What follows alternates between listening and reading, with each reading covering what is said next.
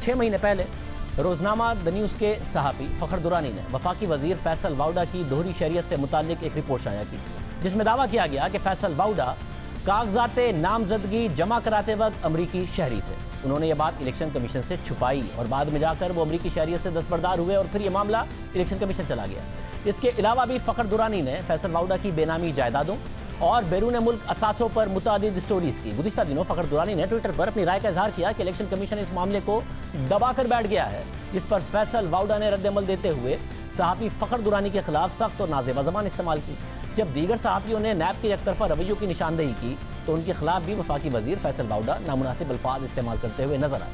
आखिर मामला क्या है? हमने फैसल वाउडा को दावत दी कि वो प्रोग्राम में शरीक हों, अपना मौक़िफ़ बयान करें। उन्होंने कोई जवाब नहीं दिया।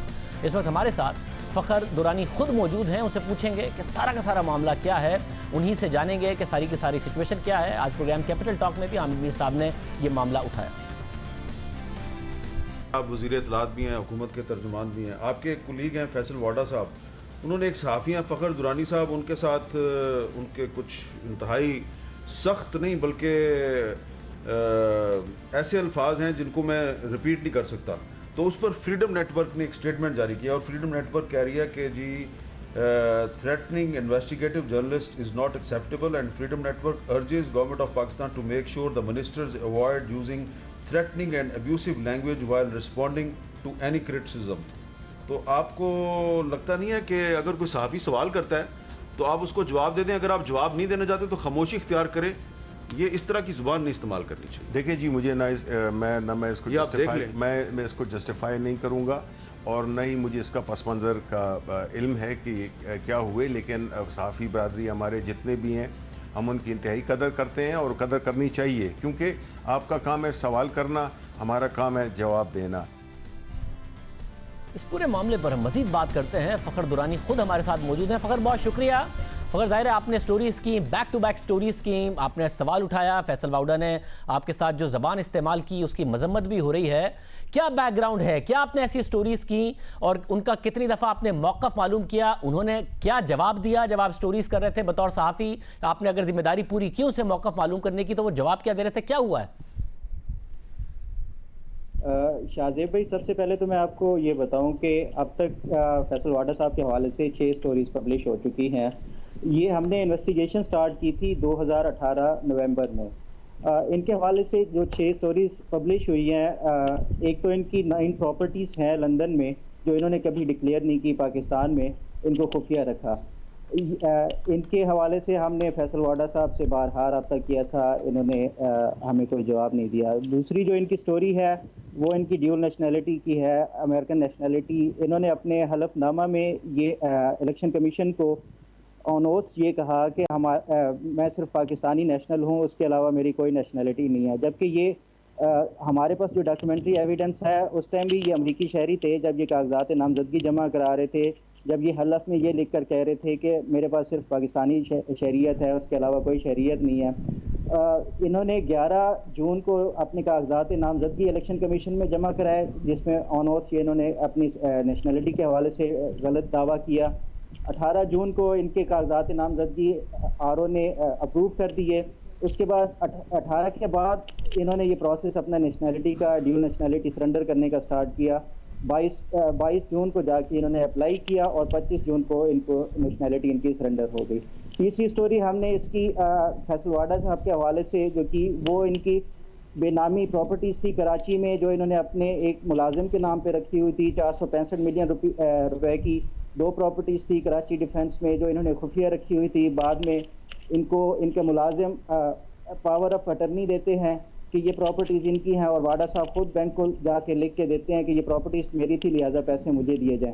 वो पैसे इन्होंने खुद वसूल किए। इस हवाले से भी हमने वाडा साहब से बारहा रब्ता किया, इन्होंने कोई जवाब नहीं दिया। चौथी जो स्टोरी थी हमारी वो इनकी एमनेस्टी स्कीम के हवाले से है। एमनेस्टी स्कीम के हवाले से आपने देखा होगा कि हुकूमत का मौजूदा हुक्मरानों का जो स्टैंड रहा है कि वो एमनेस्टी स्कीम की हमेशा मुखालफत करते रहे हैं। वाडा साहब ने 2018 में PMLN के दौर में 5 प्रॉपर्टीज़ जो इन्होंने नॉमिनेशन पेपर्स में दर्ज की हुई हैं, उनके ऊपर एमनेस्टी ली थी।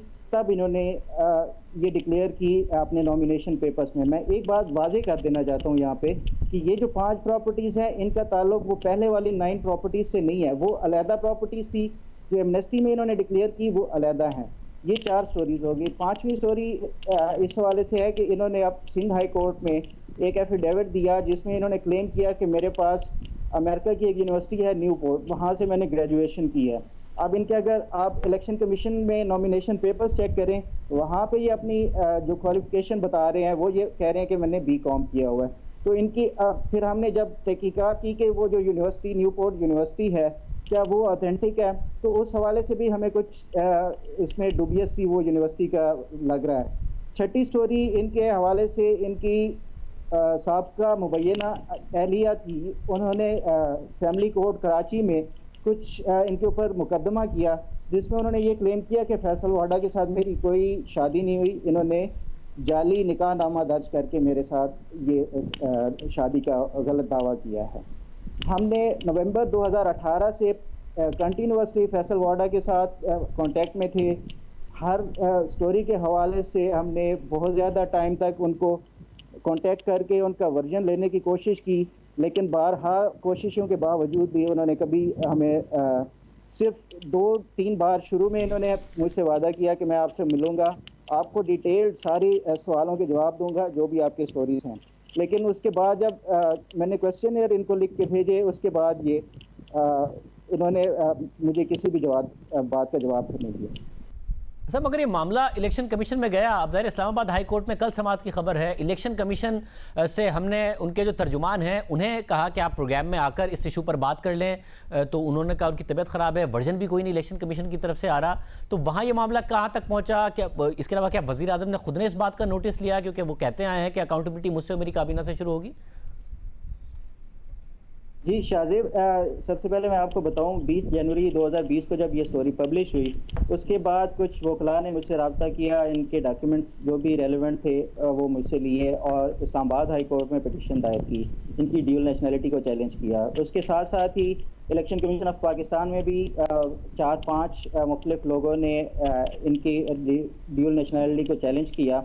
दोनों जगहों पर साइमल्टेनियसली केस चल रहा था। इलेक्शन कमीशन में इनिशियल 4-5 जो हेयरिंग्स हुई हैं उसमें फैसल वाडा की जो लीगल टीम है वो शुरू में इस हवाले से टॉल मटोल का वो लेती रही है, काम लेती रही है। और जो इलेक्शन कमीशन के सामने प्ली थी कि हमारे पास सारे डॉक्यूमेंट्स नहीं मिले, अभी तक हमें पिटीशंस की कॉपी नहीं मिली, मतलब वो इस मामले को लटकाने के लिए जितने भी बहाने हो सकते थे उन्होंने वो किए। आखिर पे 4थी या 5वीं हेयरिंग पे जो पिटिशनर्स थे उन्होंने फिर इलेक्शन कमीशन से रिक्वेस्ट की कि सर आप हेयरिंग के दौरान अभी इधर ही इनसे डॉक्यूमेंट सारे रिसीव करा लें ताकि इनके पास फिर कोई ऐसा बहाना ना हो कि अपना ये रिप्लाई सबमिट ना कर सकें। ये उनको इनकी लीगल टीम को वहीं पे इलेक्शन कमीशन में ही सारे डॉक्यूमेंट्स दे दिए गए, रेलेवेंट जितने भी थे पिटिशंस की कॉपीज़ भी दे दी गई। इलेक्शन कमीशन ने इनको 15 दिन का टाइम दिया कि आप इस 15 दिन के अंदर अब अपना जवाब जमा कराएं। उसी दौरान ही फिर कोरोना की वजह से इलेक्शन कमीशन ने भी इनकी समाअत पोस्टपोन कर दी और 29 जनवरी को जब इस्लामाबाद हाई कोर्ट में ये केस इनकी ड्यूल नेशनलिटी के हवाले से लगा उसके बाद कोई समाअत नहीं हुई। 5 से 6 महीने हो गए, कोई इस्लामाबाद हाई कोर्ट में ना इनके वकला ने कोई जवाब जमा किया और ना ही कोई समाअत हुई। अभी कल पिटिशनर्स ने उस पर इस्लामाबाद हाई कोर्ट में अर्ली हेयरिंग के लिए जो दरख्वास्त दी थी, अब उस पर कल हेयरिंग है। अब देखना पड़ेगा कि उस पर इस्लामाबाद हाई कोर्ट आगे क्या फैसला करता है। बहुत शुक्रिया। फ़खर दुरानी हमारे साथ मौजूद थे। अब सहाफ़ी जब सवाल उठा रहे हैं तो होना ये चाहिए कि आप उन सवालों का जवाब दें। अगर आपको लगता है कि वो सवाल बेमायनी हैं, इल्ज़ामात बेबुनियाद हैं, तो आपको दलील के साथ उनका जवाब देना चाहिए। लेकिन हुकूमती वुज़रा का रवैया बिल्कुल मुख्तलिफ नज़र आ रहा है। सहाफ़ी जब अपोजिशन रहनुमाओं के ख़िलाफ़ स्टोरीज़ करते हैं तो हुकूमती वुज़रा तारीफ़ों के पुल बांधते हैं, प्रेस कॉन्फ्रेंसेस करते हैं, बयानियाँ बनाते हैं। लेकिन सहाफ़ी जब हुकूमती वुज़रा की मुबैना बेज़ाब्तियों से मुतालिक उनका मौक़िफ़ जानने की कोशिश करते हैं तो पहले वो जवाब नहीं देते। जब सोशल मीडिया पर वो अपनी राय का इजहार करते हैं तो फिर वफाकी वज़ीर की तरफ से उन्हें गालियाँ दी जाती हैं, डराया धमकाया जाता है। हालांकि खुद वज़ीर आज़म इमरान खान ने हल्फ उठाने के बाद ये ऐलान किया था कि एहतसाब सबसे पहले मुझसे और मेरे वज़ीरों से शुरू होगा। हम ऐसे मजबूत इदारे बना देंगे, हमारी जो इंस्टीट्यूशन स्टेट इंस्टीट्यूशन है वो इतनी मजबूत होंगी कि वो रोकेंगी करप्शन, वो सबसे ज़्यादा चेक रखेंगी जो गवर्नमेंट में लोग बैठे हुए हैं। इमरान खान पे चेक रखेगी, इमरान खान के वजीरों पे रखेगी। अकाउंटेबिलिटी शुरू होगी मेरे से, फिर होगी मेरे वजीरों से, फिर हम नीचे जाएंगे। और ये हो रहा है नए पाकिस्तान में, जिसकी मिसालें आप देख रहे हैं।